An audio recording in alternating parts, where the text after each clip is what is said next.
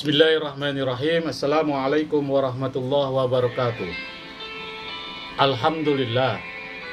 Alhamdulillahi wa kafa wa salatu wassalamu ala ibadil mustafa Sayyidina Muhammadin ahli sidqi wal wafa. Ashhadu an la ilaha illallah wahdahu la syarikalah wa ashhadu anna sayyidana wa nabiyyana Muhammadan abduhu wa rasuluh. Allahumma salli wa sallim wa barik ala Sayyidina Muhammad wa ala alihi wa sahbihi ajma'in. Sahabat Buya Helmi dimanapun berada, puji syukur mari kita haturkan kepada ilahi Rabbi Allah subhanahu wa ta'ala, yang mana syukur alhamdulillah pada hari ini, saat ini dan detik ini kita masih diberikan suatu kenikmatan oleh Allah subhanahu wa ta'ala, sehingga dengan kenikmatan itu kita wajib bersyukur seraya kita mohon kepada Allah subhanahu wa ta'ala agar seluruh aktivitas yang kita lakukan pada hari ini, saat ini, dan hari esok kiranya membawa keberkahan dan perlindungan dari Allah subhanahu wa ta'ala. Sahabat Buya Helmi dimanapun berada, pencinta amalan yang diberikan kemuliaan dan perlindungan dari Allah subhanahu wa ta'ala. Siapa yang tidak kenal dengan ayat kursi? Ayat kursi yang terdiri dari 9 anak kalimat yang sangat sempurna, 50 kata dan 187 huruf, 236 karakter. Itu adalah suatu firman Allah subhanahu wa ta'ala yang sangat luar biasa khasiatnya. Sebagaimana konten-konten yang telah lalu, Al-Fakhir Buya Helmi memberikan suatu wacana wawasan tentang bagaimana diturunkannya ayat kursi, sehingga para malaikat mendampingi ayat kursi sampai menuju wahyu Allah, menuju kepada baginda Rasulullah Sallallahu Alaihi Wasallam. Sahabat Buya Helmi, jika kita mengamalkan ayat kursi, tentu jarak 1 kilometer saja syaitan akan terbakar melihat kita bagi pengamal ayat kursi. Di samping itu manfaat-manfaat ayat kursi sangat luar biasa.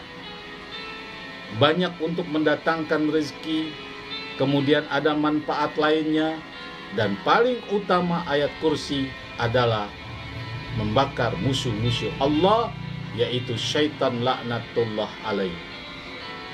Sahabat Buya Helmi, tentu para pencinta amalan ayat kursi ingin mengetahui bagaimana cara mengamalkan ayat kursi dan khasiatnya.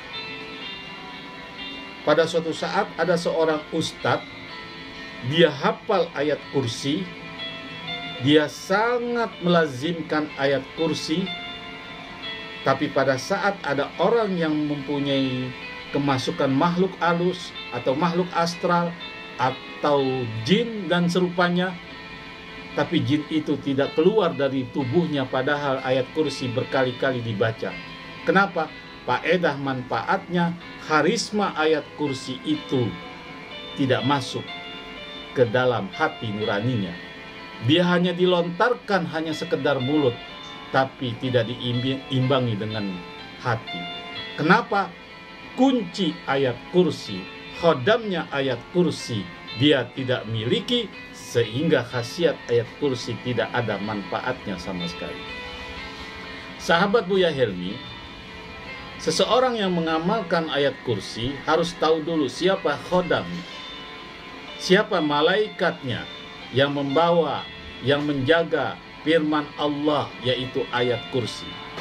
Karena setiap huruf demi huruf di Al-Quran, apalagi surat demi surat, ayat demi ayat, ada khodam malaikat yang menjaga huruf-huruf ayat-ayat Allah. Karena Allah subhanahu wa ta'ala berfirman, Inna nahnu nazzalna zikra wa inna lahu lahafizun. Sesungguhnya kami Allah yang menurunkan Al-Quran, dan kami yaitu Allah juga yang menjaga dan memeliharanya. Sahabat Buya Helmi, jika kita ingin mengamalkan ayat kursi sehingga masuk ke hati, sehingga menjadi perisai kita, menjadi alat perang kita untuk melawan makhluk-makhluk yang dilaknat oleh Allah Subhanahu wa Ta'ala, seperti jin, dukun-dukun santet, dan khasiat manapun, maka kita terlebih dahulu harus mengetahui khasiat dan cara mengamalkan ayat kursi, sehingga khodam ayat kursi, yaitu malaikat ayat kursi, akan masuk ke dalam jiwa sanubari kita. Sahabat Buya Helmi, perlu diketahui, amalan ayat kursi harus kita amalkan, kita puasakan. Yang pertama, kita puasakan sebanyak 40 hari lamanya. Silakan dengan puasa mutih atau puasa seperti biasa. Yang jelas, ayat kursi dipuasakan pada saat kita membuka puasa, tidak boleh memakan makanan hewan yang bernyawa. Sahabat Buya Helmi, pada saat malam ke-35, sebagaimana Al-Fakir alami, sebagaimana Al-Fakir pernah mencoba pengamalan ayat kursi, malam ke-35 akan terjadi suatu keanehan yang luar biasa, di mana seluruh badan kita itu dingin dan panas. Paginya dingin, malamnya kita merasa panas luar biasa. Kemudian malam selanjutnya ke-36, maka ada suatu keanehan yang kita harus tahu, yaitu ada kucing dengan belang 3 ada di hadapan kita. Kita nggak usah risau, kita nggak usah galau, kita tetap bersemangat, kita tetap bertawakal kepada Allah Subhanahu wa Ta'ala. Kucing itu ada kepalanya 3 dan belangnya 3. Kemudian di malam ke-39, di malam ke-39, maka datanglah makhluk dajjalnya Allah, makhluk laknatullahnya Allah datang menggoda kita, bertanya tentang kita, dari umat mana. Dia tidak suka dengan umatnya Rasulullah Sallallahu Alaihi Wasallam. Setelah itu barulah malam ke-40, setelah kita berhasil, datanglah malaikat penjaga ayat kursi yang bernama Sayyid Kandias, atau masyarakat menyebut Kandayasa. Itulah malaikat penjaga ayat kursi. Jika kita berhasil dengan pertanyaan-pertanyaan yang dilontarkan oleh malaikat penjaga ayat kursi, maka kita akan diberikan sesuatu yang sangat berharga. Tapi jika kita tidak berhasil menjawab pertanyaan dari malaikat Kandias atau Kandayasa, kita hanya mendapatkan khasiat, tapi harisma ayat kursi kita tidak peroleh. Sahabat Buya Helmi, tidak usah khawatir. Pertanyaan-pertanyaan yang diberikan oleh malaikat penjaga ayat kursi sangat mudah, tapi harus ada kuncinya. Kuncinya istiqomah, ikhlas, dan tawakal kepada Allah. Jangan mempunyai sifat-sifat sombong, angkuh, takabur, dan lain-lain. Dengan sifat-sifat itu yang kita peroleh, sifat-sifat tercela itulah kita tidak dapat menjawab suatu pertanyaan dari malaikat penjaga ayat kursi Kandayas. Sekali lagi, banyak keajaiban-keajaiban ayat kursi. Ayat kursi bernama, bisa juga dinama Azimah, bisa juga dinamakan Sayyidah, bisa juga dinamakan Fadilah, bisa juga dinamakan Syarifah, bisa juga dinamakan Al-Fatah, bisa juga dinamakan An-Nama, bisa juga dinamakan Istighaisah. Banyak sekali nama-nama ayat kursi dan keajaiban ayat kursi. Sahabat Buya Helmi, jika kita tidak sanggup untuk mengamalkan ayat kursi atau maharnya atau puasanya selama 40 hari, cukup kita membaca pada saat kita selesai sholat, yaitu sebanyak bilangan ganjil. Bisa 1 kali, bisa 3 kali, bisa 5 kali, bisa 7 kali, atau yang penting bilangan ganjil kita baca.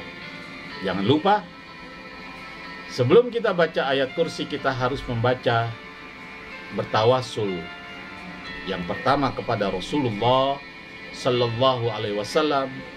Yang kedua, kita bertawasul kepada sahabat Rasul, kemudian malaikatul muqarrabin, kemudian yang terakhir kita bertawasul kepada ulama, aulia, ditutup dengan malaikat penjaga ayat kursi, yaitu Kandayasa. Summaila ruhi ususon, malaikat penjaga ayat kursi Kandayasa.